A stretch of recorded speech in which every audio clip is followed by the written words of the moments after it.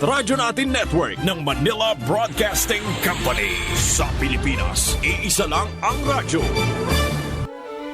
The country's friendly station. Radyo Natin. Aduna ka ba'y suliran sa kinabuhi? Wala ba'y kalinaw ang imong hunahuna? Buot ka bang magkaangkon o paglaom sa kinabuhing dayon? Ani ay programa sa radyo nga gimugna alang kanimo Balik sa Dios. Uban sa iyang alagad Pastor Orly Higiliena nga magasaysay kanimo sa pulong o gahom sa Dios. Hello, kumusta? Ug maayong buntag kaninyong tanan mga kaigsuonan. Welcome na usab ning atong tulumanon sa radyo. Balik sa Dios nga inyong mabati matag Domingo gikan sa alas 6 media hangtod sa alas 7 sa buntag dinhi lamang ning 11 ug 12 nga radio station sa probinsya sa Biliran, ang 103.9 Radyo Natin FM. So nagbuntaga, kumusta mo dihang tanan? Naginaot ko nga ang uban naami banguna og nanikay-sikay na sa kusina. Og naamo sa kapiska sa iyong panglawas og padayon ta nga mga lagad sa Ginoo. Adlaw ron nga Domingo, panahon sa pagsimba. Busa ayaw mo kahubya sa pagbangon og manimba ta tungod kay sa usa ka semana. Kausar ta magtigom-tigom aron ta nga manimba. Mga itong mga kaigsuunan diya sa Kalubian, Pastor Noe Felicia, uban sa mga kaigsuunan maing buntag. Diya sa Inalad si Pastor Leticia Kapukaw, o diya sa Hubay, o diya sa Karyukan sila Pastor Rosalie Silyar, o ang iyang bana. Mayong buntag ninyo hang tanan diya, uban sa mga kaigsuunan, o diya sa itong mga kaigsuunan sa Bukid, sila si Brother Jose, sila si Sister Adelaida, Pastor Lilia, diha sa Liko, o bisan pa Sister Juvie diha sa Eden. O kaninyong tanan, maayong buntag diha sa Larasabal, Pastor Jose, o Pastor Sandy diha sa Sampaw. Ang Diyos magapanalangin kaninyo. Gusto may pagpaminaw sa atong mga FB followers, sila si Ate Alice, o si Kuya Nap Dorano, sila si Elmer, sila si Trix, o bisan pa sila si Jane Paghid. Kaninyong tanang nga nagasunod ng atong programa, sila si Brother Ati Abrigo, o ang mga Gahom family, Bornelio family diya. Sila Brother J, o mga Villegas family, kaninyong tanan Morelio family. Maayong buntag ninyo. O belated brother greetings ngadto kang Intoy George de la Pina Jr. O kang Sister Geraldine Quizon, o usab kang Brother Joel Briones, o kang Brother Robin Villegas, o rila brad nga na tungod kay na ako'y importanteng giasikaso, o kang Brother Ramel Siro. So kaninyong tanang nga nagasaulog sa adlaw natawan ninyo ha. Pagampo na ko nga ang Dios padayon nga magahatag niyo sa lugwayng katuigan, magkalipay kamo diha kang Jehova ug siya magahatag sa tinguha sa inyong kasing-kasing. Nay matahom nga awit sa dili pa nga atong mensahe.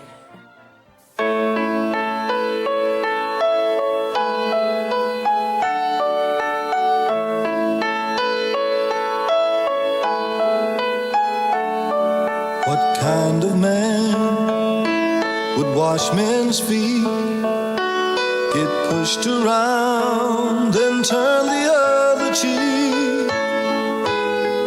I wanna be more like him every day, in every way. So little time he took for himself, he was more concerned for everybody else. I wanna be more like him every day, in every way. I wanna be more like Jesus. That's why I put my life in his hands. Oh, I wanna be more like Jesus.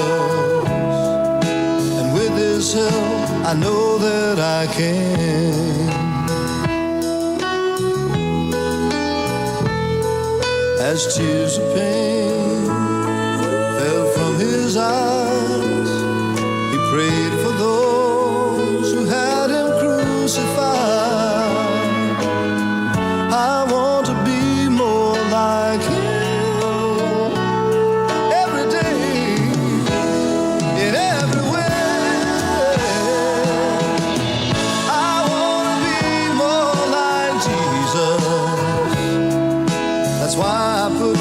life in His hand.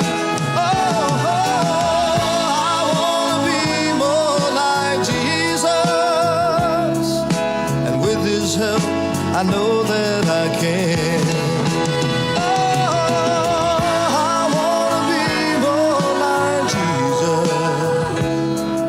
That's why I put my life in His hand. Oh, I wanna be more like Jesus. Mao to si B.J. Thomas sa iyang awit nga naguluhan, I want to be more like Jesus. Mao maginay atong goal ba nga mahisama ta ni Ginoong Jesus, kay unless mahisama ta niya, makauban ta niya didto sa iyang ginharian, dili sa iyang panagbuhay kundi sa atong mga pagka-behave o atong mga pagkinabuhi. Diha sa Roma 1 versikulo 16 nagaingon si San Pablo, kay wala ko igakaulaw ang maayong balita, good news, tungod kay kini mao ang gahom sa kaluwasan alang sa nagatuo. Ang balikon, kay wala ko igakaulaw ang maayong balita, tungod kay kini mao ang gahom sa kaluwasan alang sa nagatuo. Mga higala, ang atong kalibutan, halos kanunay natong mabatian ang mga dili maayong balita. Mga balita nga kulba, maghatag og kabalaka. Gera dito sa Europe, tali sa Russia o sa Ukraine. Gera dito sa Middle East, tali sa Israel versus Iran versus Hamas versus Hezbollah, Houthi and Islamic Jihad ug uban pa. Dini sa ato na ay atong mga subversive elements. Now and then nagpatayan pud sila kontra sa atong mga sundalo. Unya naapoy balita sa mga pagbaha lately dito sa Middle East gihapon, dili katuuhan pero hilabihan dakuha sa baha og bisan pa sa China. Og naay mga balita sa makusog nga mga linog. Naay balita sa El Nino, huraw nga apektado na ang mga pananom o bisan pa ang tubig nga ilimnon. Samtang naapoy mga balita sa mga nagkadilain nga mga patay, naay balita sa drug addiction, shiftment sa shabu, corruption, robbery o immorality. Kining mga balita ang mga higala, dili ni makapaligon. Dili ni makapadasig. Hinunoa makahatag ni og kahadlok, makahatag ni kabalaka, makahatag ni stress nga maghimong abnormal sa kinabuhi sa mga tao. Pero tinuod ning mga balita, dili ni fake news. Ano? Tinuod ni. Og ni apoy maayong balita nga ato lang gibasa karon, og kini gikan mismo sa Dios, gikan sa Ginoo nga naghatag nato og kadasig, paglaom, naghatag og kalipay, kaayuhan og kaluwasan sa atong mga kinabuhi. Og kining maayong balita mahitungod kini ni Ginoong Hesus nga nahigugma kanatong tanan. Diha sa Juan 3:16 nagkanayon kani nga kay gihigugma gayon sa Dios ang kalibutan, referring sa tanang tawo, nga tungod niya na gihatag niya ang iyang bugtong anak, referring to Jesus Christ, aron si bisan kinsa ang mutuo og musalig kaniya dili malaglag kundili makabaton og kinabuhi nga walay katapusan. Dili malaglag kundili maadto sa imperno, kundili makabaton og kinabuhi nga walay katapusan. Pagkanindot mga kaigsuonan, kana lang pulong diha nga dili malaglag og hinuon makabaton og kinabuhi nga walay katapusan, hilabihan kay na kamaayong balita. Sa dihang hapit na mo kayab si Jesus balik ngadto sa langit sa iyang amahan, iyang gisugo ang iyang mga disipulo nga nag-ingon, lakaw kamo ngadto sa tibuok kalibutan og iwali ang maayong balita. Sumaunay ang maayong balita, mga kaigsunan, nga si Kristo namatay. Mabitaw nga dinhi sa radyo ni Ata nagawali ang atong mga sponsors naggasto og daghang mga kwarta. Masangyaw lang ang maayong balita mahitungod ni Jesus nga namatay sa krus. Tungod sa iyang gugma alang nato, gilubong siya og human sa tulo ka adlaw nabanhaw siya og misaka ngadto sa langit, unya misaad siya nga mobalik pag-usab aron kuhaon ang mga tao nga sa kinasing-kasing gayod nangalagad sa Ginoo. Praise the Lord pagkanindot Apan ang problema kay dili daghan ang mituo niining maong maayong balita. Naamay mga tao nga miingon nga mituo sila apan kutubra sa ilang mga ngabel o wala gayud sa ilang mga kasing-kasing. Atong makita kana pinaagi sa output kun sa buhat nila. Ug naay mga rason kung nganong naingon sila ni ana. Ingon ni ana ang ilang reaksyon, mga kaigsonan. Unang-una, naayawa nga nagbuta sa ilang mga salabutan. Ang 1 Corinto 4 versikulo 4 nagaingon, ang prinsipe, ang yawa, nining kalibutana, nagbuta sa ilang mga salabutan. Mao nga bisan unsaon og eksplikar sa pulong sa Dios, dili gyud kasabot. Dili gyud kasabot. Kana lang atong ingnon sila nga ang gugma sa Dios magausab sa imong kinabuhi ngadto sa mga parahubog, mga sugarol, mga bajihan. Inay hinuon nga makasabot sila og magbasol, masuko na hinuon sa ato. Labtanon ta sa limang kadana. Ngano man, actually ang normal nga tao malipay, kinsa may di malipay nga diha gigapos ka sa imong mga bisyo niya pagkahuman mahigawas ka. Pero ang uban lutuso na hinuon.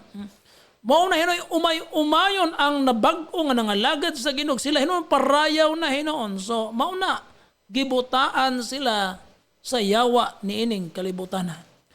Ikaduhang rason kung nganong naay mga tao nga magmakuli sa pagtuo sa maayong balita, kay kining mga tawhana imbis nga motuo nangapangdol na hinuon. Tungod kay naamanggoy mga taong simbahan, mga taong mga tug simbahan, nagpakita nga sila mga devoto, uban mga pangulo simbahan, pero wala magkinabuhi. Sumala sa pulong sa Diyos. Kadamo jud ko makasugat og mga tao sa manangyaw ko. Sa diha mo sangya ko sila sa kaayos Ginoo nga mabago ang tao. Alam mo ang ilang ingon sa ako, nganong kana lagi si Pulana pastor, naama na sa simbahan kanunay, nagyampungad, debuto man na siya, manguna pa gani siya mga unsa pa na diha mga buluhatuna.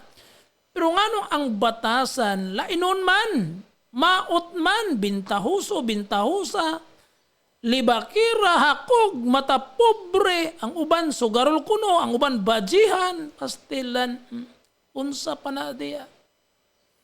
So, mauna ang nahitabo, napandol hinuon sila. See? Uban kuno, baong leader sa simbahan, makikwarta. Kanala karong nahitabo ni Kibuloy. Pastilan ambot ug unsay mahimong impact ani nga hilabihan maginakadako, wanted sa US, wanted sa ato dinhi. So unya dato na kaayo. Mao nga mingon sila nga ang relihiyon negosyo. Kay damog kwarta makapadato, makikwarta. Hallelujah. Unsaon man mga kaigsunan pagtuo ana sa mga tao nga napandol naman. Sumao na laing rason. O ang ikatulong rason nganong magmakuli ang tao sa pagtuo sa kaluwasan ni Kristo tungod kay naapoy mga simbahan kun mga iglesia nga ang ilang gipadako mao ang ilang simbahan, ang ilang pundok. Naa sila sa pulpito, naas radio, naas television. ang ilang gipresentar ang maayong balita sa ilang relihiyon, sa ilang simbahan. Inay nga ang wali maayong balita mahitungod ni Kristo, ang ilay noong wali ang ilang simbahan, ang ilang relihiyon, maayong balita sa ilang relihiyon. Ang resulta, ang tao na himong devoted, magtutuo, sumusunod sa ilang relihiyon, pero dili sumusunod sa Diyos. Pastor Early, lagi. Ako na nakita, mga kaigsunan. Panit iragunin nyo ng mga debatidor. Tanawag, paminawa sila. Nagdebate ba na sila mahitungod sa Diyos nga balaan, kaluwasan sa Ginoo? Nagdebate ba na sila mahitungod sa dili maayong buhat nga di makasuod sa langit? Wala. Ang ilang debate, pruibahan nila nga ang ilang reliyon mo ay tinuod. Mauna sila. Depensa sa ilang relihiyon ay mga gitrain anak nila ha. Aron lang pagdepensa sa ilang relihiyon. Gidibatihan nila mga kaigsonan nga pruibahan nila ang ilang reliyon mo ay tinuod, mo ay insakto, mo ay original, pastilan. Ready silang mo depensa sa ilang relihiyon, ngalan, dungog sa ilang relihiyon. Pero dili mo depensa sa dungog sa Diyos, pinaagi sa ilang pagkinabuhi. Ingon nga mga tao nga nag-ingon nga naa sila'y Ginoo og sila ang magwawali. Alam mo, maunay usa sa mga problema nato ba? We are called to preach the gospel, not our religion. See? And that can be effective by way of coupling that sa atong pagkinabuhi. Kung baga, walk the talk. Kung unsa imong gisulti, imo nang kinabuhion. Mao nga mahimong efektibo ta niya na mga kaigsunan sa atong pagwali sa maayong balita. Di lang kay maayo ta mo sulti, maayo ta mo depensa, pero ang atong kinabuhi nagkalanrakas diya sa nagkadilaing mga bisyo o ang atong mga kinaiya, dili kinaiya og Dios. Sumauna, mayong gani nga kami ang kamatuoran. Kamatuoran man sa reliyon ang inyong gikita diha, dili man kay kamatuoran sa Dios.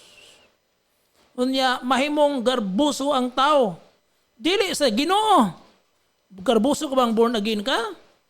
Dili. Ang uban garbuso sa ilang relihiyon, ilang gipadako, ang uban galit na himong panatiko sa ilang relihiyon. Nilang si Manahuna, murag last Wednesday, nakaabot kog mga tao nga nagreklamo sa galastuhonon sa ilang fiesta. Ang usa miingon nga, pastilan, daghan mig mga nga mga bisita, wa koy pakaon unsao naman eh. So naghunahuna siyang mangutang. Unya, ang usa pod kituluman sila kabuk didto, giabtan, ingon siya nga, pastilan, nahinon kuno yung mga trabahante, dili pa kanon. Kanay noong mga nalag mukaon mamista, gamiton pa ang ilang plato nga tinaguan, ug basong tinaguan nga mukaon la. Kami kuno hinuon ng trabaho, maglisod pa sa pagpaisnak na mo. Munto ilang reklamo hong nabatian, yan duol man ko. Nya ako silang giingnan nga pastilan kamo.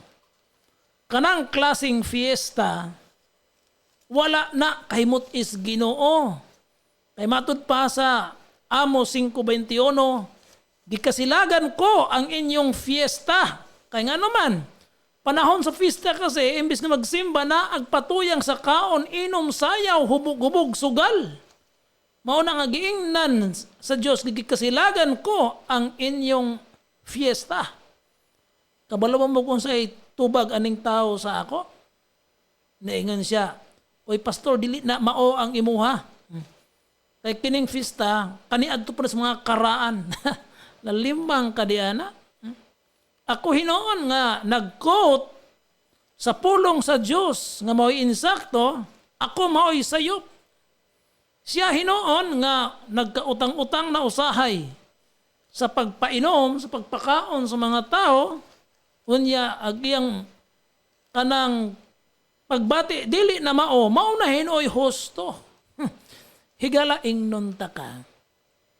Nga walay laing maayong balita nga nagahatag og tinuod nga paglaom sa tao, makapabag-o sa kinabuhi sa tao, ug makapaayo sa dagan sa kinabuhi sa tao, kana ragyod ang maayong balita ni Ginoong Hesukristo. Ug mao ni ang giingon ni San Pablo nga wala ko igakaulaw ang maayong balita. Mao ni ang maayong balita mahitungod ni Kristo o dili maayong balita sa relihiyon. Kaya pagkatinuod mga kaigsoon, wa man kayo relihiyon nga perfect ba? Dewa kayo relihiyon, ayaw kong ing nanganaa. Uban, nagtakuban la, maayla sa gawas tanaon. Pero sa sulod ana, daghag mga problema. Pastor man jud ko. Bisan pa sa simbahan, na ay mga problema, mga batasan nga magkadima. Sa mo na nga, way maayong balita, gikan sa lain kundili ang maayong balita mahitungod ra gayud ni Ginoong Hesus. Kanang maayong balita akong balikon nga si Ginoong Hesus mianhi sa kalibutan, namatay sa cross aron kitang tanan tubson sa atong mga kasalanan. See? Tungod kay iya tang gihigugma. Unya gilubong siya apan human sa tulo ka adlaw nabanhaw siya gikan sa mga minatay, meaning mihatag siya paglaom nato mga kaigsunan sa problema sa kamatayon. Then misaka siya sa langit ug misaad nga mobalik siya pag-usab aron kuhaon ang sibisan kinsa nga tinud-anay gayod nga nangalagad kaniya. Telling about the real hope. Say eternal hope para natong tanan. Kay ning kalibutan na mga kaigsunan, wa gis siguro ta niini. Kana karon naa nagpangusmo ang ubang mga nasod nga makig-away ng hulga nga gamiton nila ilang mga nuclear arsenals. Okay? Asa man ta nina paingon? Ni apay climate change nga atong giatubang. Ni apay daghang mga problema sa atong pamilya, dahil droga. Daghan kaayo nga atong makita nga dili gyud maayo ang mahitabo sa unahan. Pero mga kaigsoon, kung basahon mo ang Biblia diyas pinadayag 21 nagaingon nga dunay bag-ong langit ug bag-ong yuta nga giandam ang Ginoo. Hallelujah! Diin ang pagkamatarong nagapuyo. That gives me hope. Mauna diha ang makapadasig. Si Kristo namatay gikan aron kita luwason gikan sa atong mga kasalaan. Kaya ang atong sala magdaman nga to sa impierno. Pero iyatang gipakamat yan giluwas gikan sa atong kasalaan aron kung tinud ta nga motuog mga lagad kaniya. Ningon siya na ay bag-ong langit ug bag-ong yuta nga giandam ang Dios alang kanila nga sa tinud-anay nangalagad gayod kaniya. Busa ning buntaga, sulay kuno pag-aninaw ang imong kaugalingon. Sulay pag-imbestiga ang imong kaugalingon kung tinuod ka ba gayod nga nangalagad sa Ginoo. Then sulay pag-imbestiga ang relihiyon nga imong gisapihan, imong giapilan. Tan-awa kung tinuod ba gayud sila nga nagtudlo sa Biblia o nagkinabuhi sumala sa gitudlo sa Biblia. Kung maingon silang nagsimba ba kayo diya sa espiritu o sa kamatuoran? Tinuod bang nagsubay gayod kami sa gitudlo ni Jesus o sa mga disipulo niya? Higala, sa panahon ni Ginoong Hesus, daghan og mga Fariseo og mga iskriba. Nahilaban kagarbuso sa ilang kaugalingon mahitungod sa ilang relihiyon. Ug alam niyo po, ni apudta ni anang modernong panahon karon.